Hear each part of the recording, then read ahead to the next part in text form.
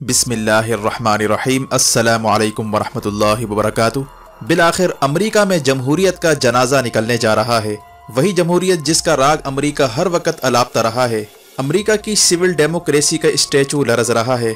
Washington DC में होने वाली झड़पें और कैपिटल हिल पर होने वाला हमला मकाफात अमल का भरपूर पैगाम दे रहा है। जबकि ट्रंप की जानिब से बगावत की कोशिशों के बाद पेंटागन ने अपने राब्ते व्हाइट हाउस से मुनक़ते कर लिए हैं। आखिर कौन सी सूरत हाल पैदा होने जा रही है? मज़ीद तफसीलात में जाने से पहले असलियत टीवी को सब्सक्राइब करते हुए बेल आइकन पर क्लिक करें ताकि हर आने वाली वीडियो का नोटिफिकेशन आपको बर वक्त मिल सके। नाज़रीन कराम, ये जो विजुअल्स आपके सामने चल रही हैं ये किसी बनाना रिपब्लिक की नहीं है बल्कि उस मुल्क की हैं जिसने जमहूरियत की बहाली के नाम पर अफगानिस्तान, इराक और सोमालिया पर चढ़ाई की थी। लेकिन मकाफात अमल के तहत दूसरे ममालिक में लगाई जाने वाली आग अब अमरीकी ऐवानों तक पहुँचना शुरू हो गई है, जिसकी झलकियां अब वाशिंगटन डीसी में देखने को मिल रही हैं, जहां पर ट्रंप के हामियों ने गुज़िश्ता दिन कैपिटल हिल पर धावा बोलकर सेनेट के इजलास को रुकवाने की कोशिश की और सीढ़ियों की मदद से दीवारें चढ़ चढ़कर असला समेत अंदर दाखिल हुए। जबकि स्पीकर नैन्सी पेलोसी की सीट पर टांगों पर टांगे रखा ये शख्स उस दौर की याद ताज़ा कर रहा है जब अमरीकी फौज ने सद्दाम हुसैन के महल में दाखिल होकर इसी तरह की तस्वीरें खिंचवाई थीं। कैपिटल हिल में होने वाला हमला फरसूदा निज़ाम के खात्मे का वाज़े ऐलान है। अगर यही कुछ पाकिस्तान में होता तो कहा जाता कि न्यूक्लियर स्टेट पाकिस्तान पर तालिबान काबिज हो गए हैं।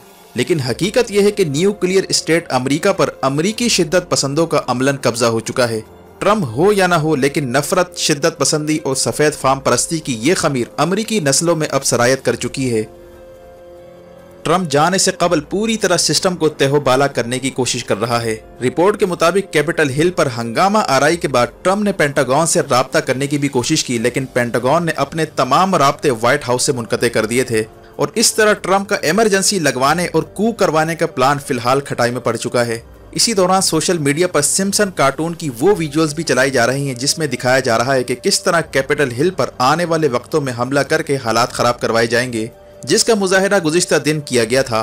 और ये भी इतलात है कि पुलिस मुजाहिरीन के साथ मिल चुकी थी और इन्होंने जानबूझकर कैपिटल हिल पर हमले में मुआवनत फराहम की, जिसकी वीडियो सोशल मीडिया पर जारी की गई, जिसमें देखा जा सकता है कि पुलिस ने जानबूझकर रुकावटें हटाकर मुजाहिरीन को जाने दिया और मुजाहिरीन की ज़बान पर सिर्फ एक ही नारा था कि अब सिर्फ बगावत होगी, इस निज़ाम को हम नहीं चलने देंगे। यानी अगर बाइडन आ भी जाता है तो इस निज़ाम को चलने नहीं दिया जाएगा। इस धरने में खास तौर पर वो चैनल्स जो ट्रंप के खिलाफ बोला करते थे उन्हें निशाना बनाया गया और इनके कैमरे और सारे इक्विपमेंट तोड़े गए। यानी अमेरिका जो अपने आप को जमहूरियत का मरकज कहता था और जमहूरियत का अलम बरदार कहता नहीं थकता था, आज खुद उन्हीं के हाथों इस निज़ाम पर खुदकुश हमला हो गया है और अपने ही हाथों ये लोग इस निज़ाम को दफन कर रहे हैं।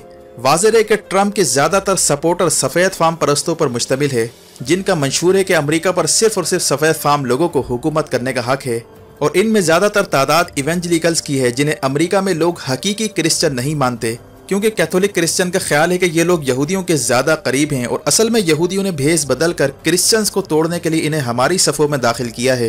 यही वजह है कि ट्रंप ज़्यादातर क्रिश्चियन पादरियों पर तनकीद करता रहता है, यहाँ तक कि पॉप से भी इसकी नहीं बनती।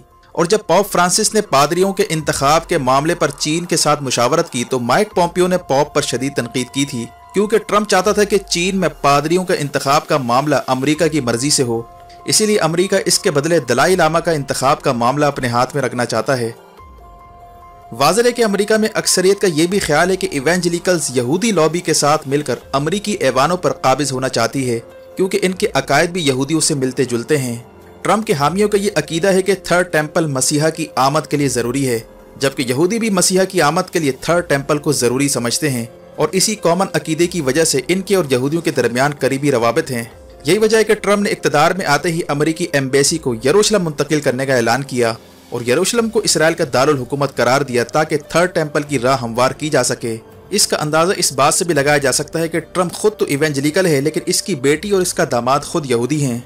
यही वजह है कि ट्रंप के जितने भी इवेंजलिकल फॉलोवर्स हैं वो उस पर अंधा एतबार करते हैं और मजहब की बुनियाद पर ट्रंप को वोट देते हैं, ना कि परफॉर्मेंस की बुनियाद पर।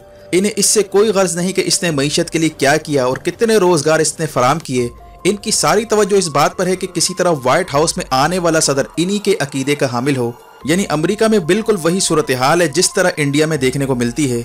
यानी जिस तरह इंडिया में बीजेपी के सपोर्टर्स मोदी को परफॉर्मेंस की बुनियाद पर वोट नहीं देते बल्कि हिंदुत्व एजेंडे की वजह से इसे वोट देते हैं, इन्हें इस बात से कोई गर्ज नहीं कि नौकरियां मिलती हैं या नहीं, बेरोजगारी बढ़ रही है या नहीं।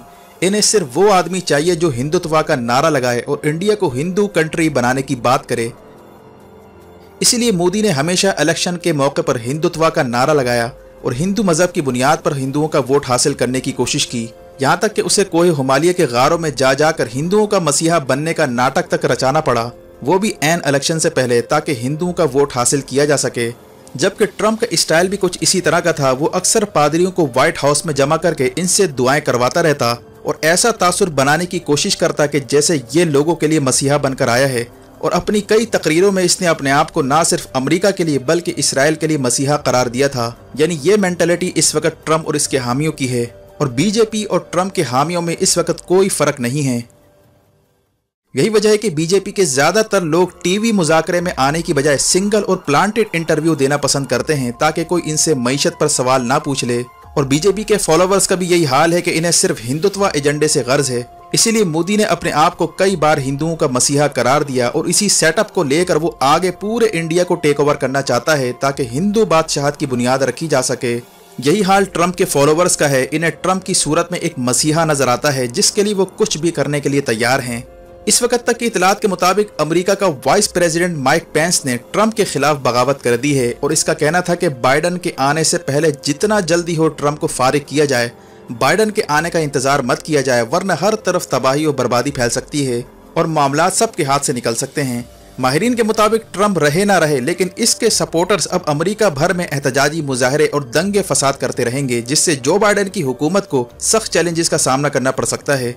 यहाँ तक कि रिपब्लिकन जमात जिससे ट्रंप का ताल्लुक है वो भी ट्रंप से शदीद नाला हो चुकी है। इनका ख्याल है कि ट्रंप ने रिपब्लिकन जमात पर अमलन कब्जा कर लिया है। अब बात रिपब्लिकन और इसके नैरेटिव की नहीं होती, बल्कि ट्रंपिज्म की होती है।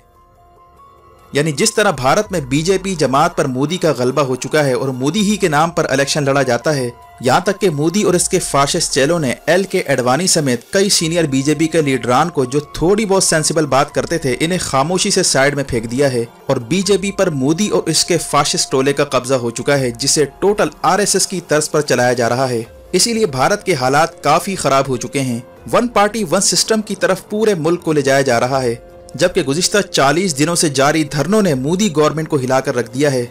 जिस तरह ट्रंप ने अपने हामियों को बाहर निकाला है, इसी तरह मोदी अपनी हुकूमत खतरे में देखकर हिंदू इंतहा पसंदों को बाहर निकाल सकती है, जिसके बाद हालात मजीद खराब हो सकते हैं। कांग्रेस की जानिब से जो बाइडन की जीत की तौसीक के बाद अब ट्रंप किसी अनहोनी का इंतजार कर रहा है। इतलात के मुताबिक अमेरिका ने अपने बहरी बेड़े को मिडल ईस्ट में किसी भी सूरत हाल के लिए तैयार रहने का हुक्म दे दिया है और ताइवान पर अमेरिकी फौज को भेजे जाने की भी इतलात आ रही हैं, जबकि पेंटागन के सीनियर अफसरान में ट्रंप के खिलाफ बगावत की इतलात भी आ रही हैं। इसीलिए पेंटागन ने कैपिटल हिल पर हमला होते ही अपने सारे राब्ते व्हाइट हाउस से मुनक़ते कर दिए थे, ताकि ट्रंप फौज को ना बुलवा सके। इसी असना में इसराइल ने आयरन डोम नामी सिस्टम अमेरिका को फरोख्त किया है, ताकि बैलिस्टिक मिसाइलों से अमेरिका को बचाया जा सके। यानी हालात इस वक्त काफ़ी संजीदा नज़र आ रहे हैं। इसीलिए अब दुनिया भर की नज़रें हालिया सूरत हाल पर मरकूज हो चुकी हैं। वीडियो देखने का शुक्रिया। अपना और गिरदोनवाह के लोगों का ख्याल रखें। फ़ी अमानिल्लाह।